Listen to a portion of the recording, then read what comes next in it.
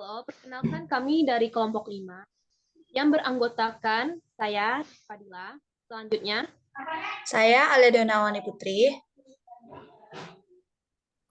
Saya Wati Nurul Azmi. kami akan membahas tentang manusia dan pandangan hidup yang akan dimulai oleh saya.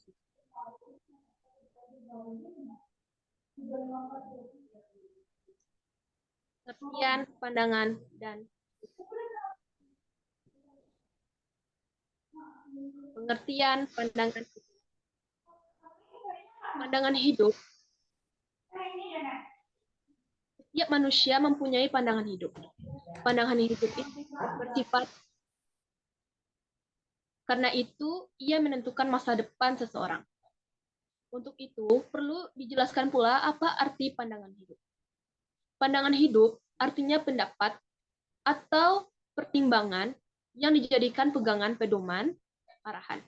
Pandangan hidup dapat diklasifikasikan berdasarkan asalnya. 1. Pandangan hidup yang berasal dari agama. 2. Pandangan hidup yang berupa ideologi. 3. Pandangan hidup hasil renungan. Apabila pandangan hidup itu diterima sekelompok orang sebagai pendukung suatu organisasi, maka pandangan hidup itu disebut ideologi. Jika organisasi itu organisasi politik, ideologinya disebut ideologi politik. Jika organisasi itu negara, ideologi tersebut ideologi negara. Pandangan hidup ada dasarnya, mempunyai unsur-unsur, yaitu cita-cita, kebajikan, usaha, keyakinan, dan kepercayaan. Mari kita bahas tentang unsur-unsur itu. Yang pertama yaitu cita-cita. Cita-cita menurut Kamus Bahasa Indonesia, yang disebut cita-cita adalah keinginan, harapan, tujuan yang selalu ada dalam pikiran. Baik keinginan, harapan, maupun tujuan merupakan apa yang mau diperoleh seseorang pada masa mendatang. Dengan demikian, cita-cita merupakan pandangan masa depan, merupakan pandangan hidup yang akan datang. Faktor yang mempengaruhi bisa atau tidaknya manusia mencapai apa yang dicita-citakan. Yang pertama adalah faktor manusia. Faktor manusia yang mau mencapai cita-cita ditentukan oleh kualitas manusianya sendiri. Ada orang yang tidak berkemauan, sehingga apa yang dicita-citakannya hanya merupakan khayalan semata saja. Yang kedua, faktor kondisi. Faktor kondisi yang mempengaruhi tercapainya cita-cita. Pada umumnya, dapat disebut yang menguntungkan dan yang menghambat. Faktor yang menguntungkan merupakan kondisi yang memperlancar tercapainya suatu cita-cita. Sedangkan faktor yang menghambat merupakan kondisi yang merintangi tercapainya suatu cita-cita. Yang ketiga, faktor tingginya cita-cita.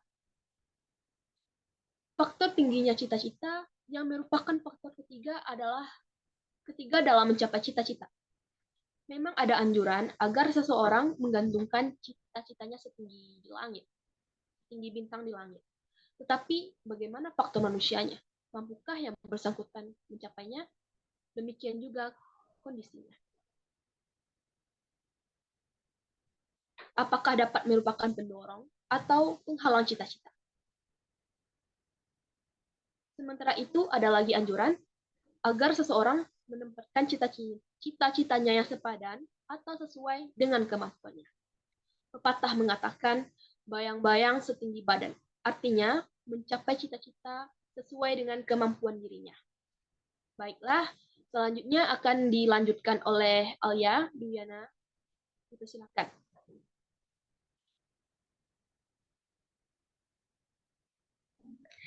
Baiklah, yang selanjutnya adalah kebajikan. Kebajikan atau kebaikan atau perbuatan yang mendatangkan kebaikan pada hakikatnya sama dengan perbuatan moral. Perbuatan yang sesuai dengan norma-norma agama etika.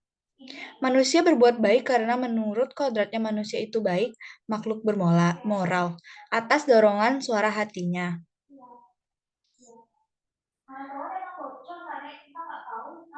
Manusia merupakan makhluk sosial, manusia hidup bermasyarakat, manusia saling membutuhkan, saling menolong, saling menghargai sesama anggota masyarakat, sebaliknya pula mencurigai, saling membenci, saling merugikan, dan sebagainya. Manusia sebagai makhluk Tuhan diciptakan Tuhan dan dapat berkembang karena Tuhan. Untuk itu manusia dilengkapi kemampuan jasmani dan rohani juga fasilitas alam sekitarnya seperti tanah, air, tumbuhan, dan sebagainya.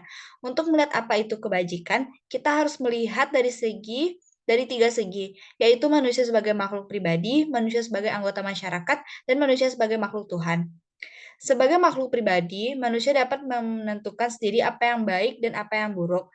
Baik buruk itu ditentukan oleh suara hati. Suara hati adalah semacam bisikan di dalam hati yang mendesak seseorang untuk menimbang dan menentukan baik buruknya suatu perbuatan, tindakan, dan tingkah laku.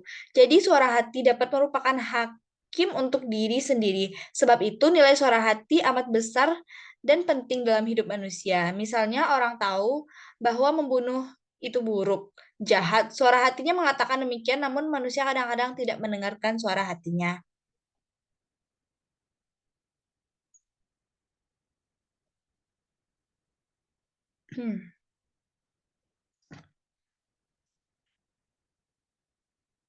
Yang selanjutnya adalah faktor-faktor yang menentukan tingkah laku setiap orang ada tiga hal. Faktor pembawaan atau hereditas yang telah ditentukan pada waktu seseorang masih dalam kandungan. Pembawaan merupakan hal yang diturunkan atau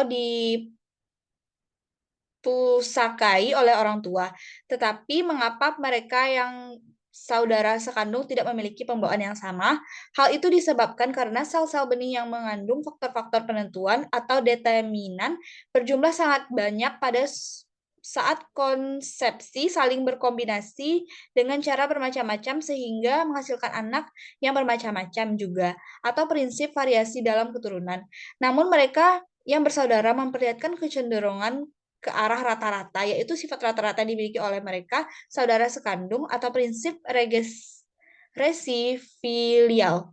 Pada masanya, konsepsi atau pembuahan itulah menjadi pembentuk temperamen seseorang. Faktor kedua yang menentukan tingkah laku seseorang yaitu adalah lingkungan atau environment. Lingkungan yang membentuk seseorang merupakan alam kedua yang terjadi setelah anak lahir, atau masa pembentukan seseorang waktu masih dalam kandungan merupakan alam pertama. Lingkungan membentuk jiwa seseorang meliputi lingkungan keluarga, sekolah, dan masyarakat. Faktor yang ketiga menentukan tingkah laku adalah pengalaman. Pengalaman yang khas yang pernah diperoleh, baik pengalaman pahit yang sifatnya negatif maupun pengalaman manis yang sifatnya positif. Memberikan pada manusia suatu bekal yang selalu dipergunakan sebagai pertimbangan sebelum seorang mengambil tindakan. Mungkin sekali bahwa berdasarkan hati nurani seseorang mau menolong orang dalam kesusahan, tetapi karena pernah memperoleh pengalaman pahit waktu mau menolong seseorang sebelumnya, maka inilah yang merupakan pembentukan budaya dalam diri seseorang. Selanjutnya adalah usaha atau perjuangan. Usaha atau perjuangan adalah kerja keras untuk mewujudkan cita-cita. Setiap manusia harus kerja keras untuk kelanjutan hidupnya. Sebagai hidup manusia adalah usaha atau perjuangan untuk hidup. Dan ini sudah kodrat manusia. Tanpa usaha atau perjuangan, manusia tidak dapat hidup sempurna. Apalagi apabila manusia bercita-cita menjadi kaya, ia harus bekerja keras. Apabila seorang bercita-cita menjadi ilmuwan, ia harus belajar dan tekun serta memenuhi semua kebutuhan akademik. Kerja keras itu dapat dilakukan dengan otak atau ilmu maupun dengan tenaga atau jasmani atau dengan keduanya. Para ilmuwan lebih banyak bekerja keras dengan otak atau ilmunya daripada dengan jasmaninya. Sebaliknya, para buruh, petani lebih banyak menggunakan jasmani daripada otaknya. Para tukang dan para ahli lebih banyak menggunakan keduanya, otak dan jasmani, daripada salah satunya. Para politisi lebih banyak kerja otak daripada jasmani. Sebaliknya, para prajurit lebih banyak bekerja dengan jasmani daripada otaknya.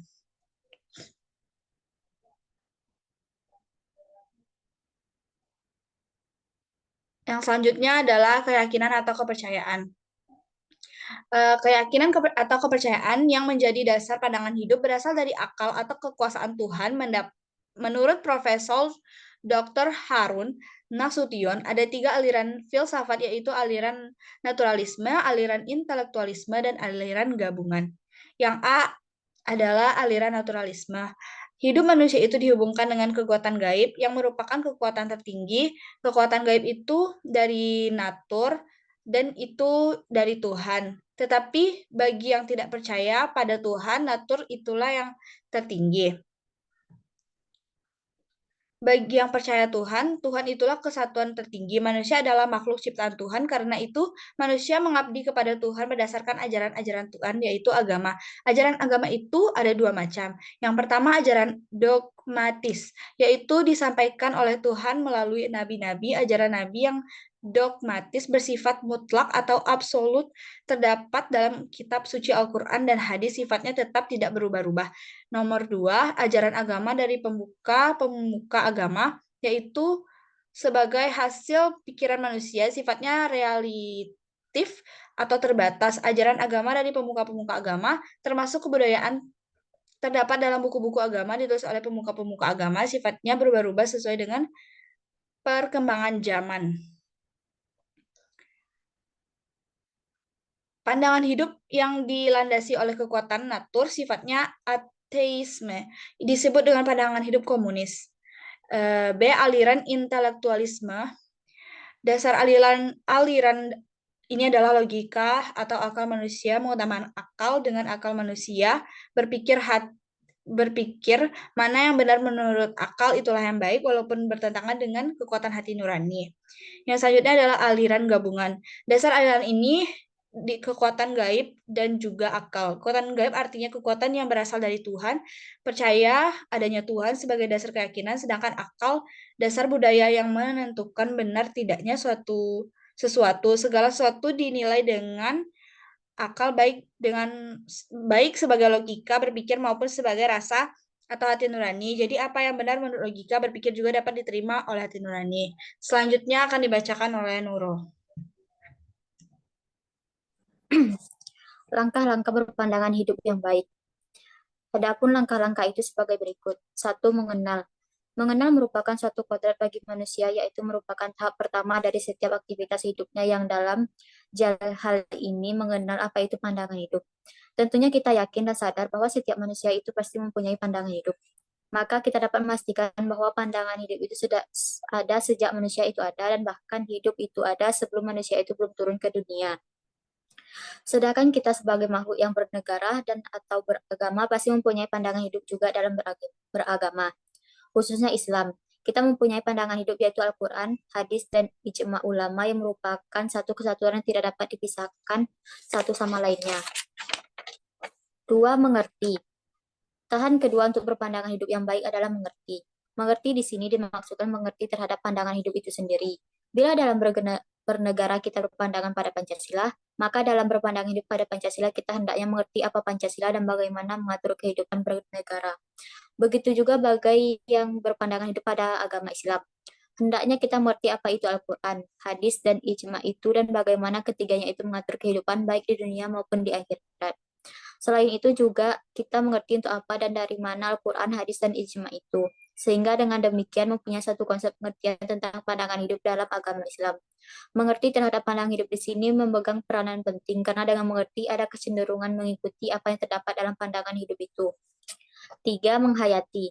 Langkah selanjutnya setelah mengerti pandangan hidup adalah menghayati pandangan hidup itu. Dengan menghayati pandangan hidup, kita memperoleh gambaran yang tepat dan benar mengenai kebenaran pandangan hidup itu sendiri. Menghayati di sini dapat diibaratkan menghayati nilai-nilai yang terkandung di dalamnya, yaitu dengan memperluas dan memperdalam pengetahuan mengenai pandangan hidup itu sendiri. Langkah-langkah yang dapat ditempuh dalam rangka menghayati ini menganalisa hal-hal yang berhubungan dengan pandangan hidup, bertanya kepada orang yang dianggap lebih tahu dan lebih berpengalaman mengenai si pandangan hidup itu atau mengenai pandangan hidup itu sendiri. 4. Meyakini. Setelah mengetahui kebenaran dan validitas baik secara kemanusiaan maupun ditinjau dari segi kemasyarakatan maupun negara dan dari kehidupan di akhirat, maka hendaknya kita meyakini pandangan hidup yang telah kita hayati itu. Meyakini ini merupakan suatu hal untuk cenderung memperoleh suatu kepastian sehingga dapat mencapai suatu tujuan hidupnya. Dengan meyakini berarti secara langsung ada penerimaan yang ikhlas terhadap pandangan hidup itu. adanya sikap menerima secara ikhlas ini, maka ada kecenderungan untuk selalu berpedoman kepadanya. Dalam segala tingkah laku dan tindak tanduknya selalu dipengaruhi oleh pandangan hidup yang diyakininya. Contoh, bahwa keyakinan itu penting dalam tingkah laku. Kita sebagai umat yang beragama Islam yakin bahwa Allah itu mempunyai sifat yang maha dan segala yang diantaranya adalah maha mengetahui. Sifat maha mengetahui ini membuat orang yang meyakininya selalu berbuat baik. Dalam hal ini adalah keyakinan yang sebenar-benarnya, akan tetapi dalam kasus tertentu ada pula orang yang walaupun meyakini tetapi karena imannya tipis, maka terpaksa melanggar ketentuannya. 5. Mengabdi. Pengabdian merupakan sesuatu hal yang penting dalam menghayati dan meyakini sesuatu yang telah dibenarkan dan diterima baik oleh dirinya selebih-lebih oleh orang lain. Dengan mengabdi, maka kita akan merasakan manfaatnya, sedangkan perwujudan manfaat mengabdi ini dapat dirasakan oleh pribadi kita sendiri. Dan manfaat itu sendiri bisa terwujud di masa masih hidup dan atau sesudah meninggal, yaitu di dalam akhirat. Dampak berpandang hidup Islam yang antara lain yaitu mengabdi kepada orang tua. Dalam mengabdi kepada orang tua, bila didasari oleh pandangan hidup Islam, maka akan cenderung untuk selalu disertai dengan ketaatan dalam mengikuti segala perintahnya. Setidak-tidaknya kita menyadari bahwa kita sudah selayaknya mengabdi kepada orang tua, karena kita dahulu yaitu dari bayi sampai dapat berdiri sendiri telah diasuhnya dan juga kita dididik kepada hal yang baik. Oleh karena itu, seharusnya mengabdi kepada orang tua kita dan perwujudannya yang berupa perbuatan yang menyenangkan hatinya, baik secara langsung maupun secara tidak langsung. Artinya, apapun yang menjadi hambatan atau tentang kita untuk tidak mengabdi kepadanya harus ditumbangkan. 6. Mengamankan. Mungkin sudah merupakan sifat manusia bahwa bila sudah mengabdikan diri pada suatu hidup lalu ada orang lain mengganggu dan atau menyalahkannya, tentu dia tidak menerima dan bahkan cenderung untuk mengadakan perlawanan. Hal ini karena kemungkinan merasakan bahwa dalam berpandangan hidup itu dia telah mengikuti langkah-langkah sebelumnya.